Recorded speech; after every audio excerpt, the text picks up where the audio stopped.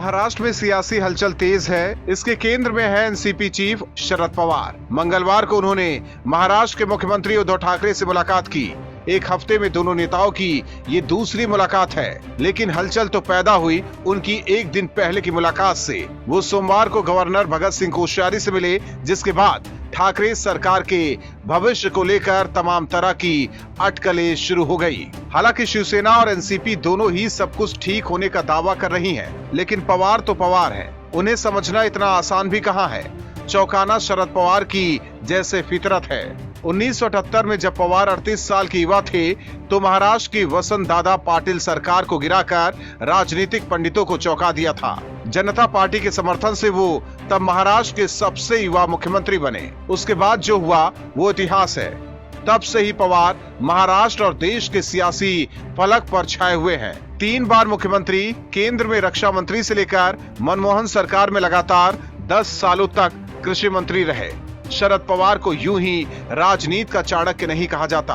2014 में बीजेपी और शिवसेना की राहें अलग हो गई। दोनों ने अलग अलग महाराष्ट्र विधानसभा चुनाव लड़ा।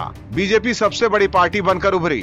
बीजेपी के देवेंद्र फडणवीस ने मुख्यमंत्री पद की शपथ ली। पवार ने राज्य में राजनीतिक स्थिरता के लिए बीजेपी को समर्थन का ऐलान कर दिया। बात पवार के राजनीतिक कौशल की हो रही है, तो पिछले साल का महाराष्ट्र का सियासी ड्रामा कोई कैसे भूल सकता है।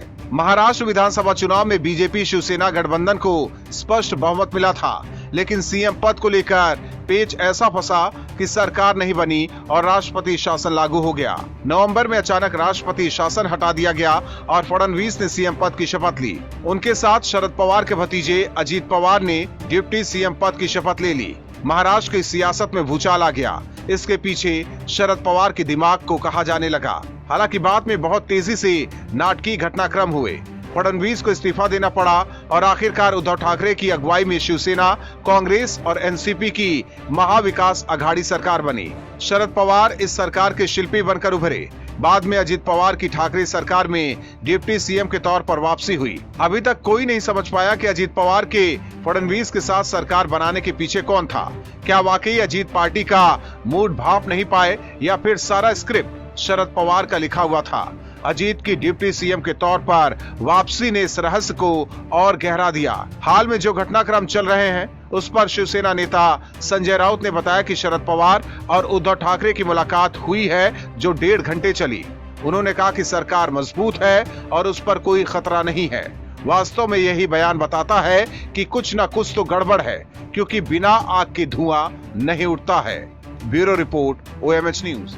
और भी वीडियोस देखने के लिए चैनल को सब्सक्राइब करें और बेल आइकन को दबाएं।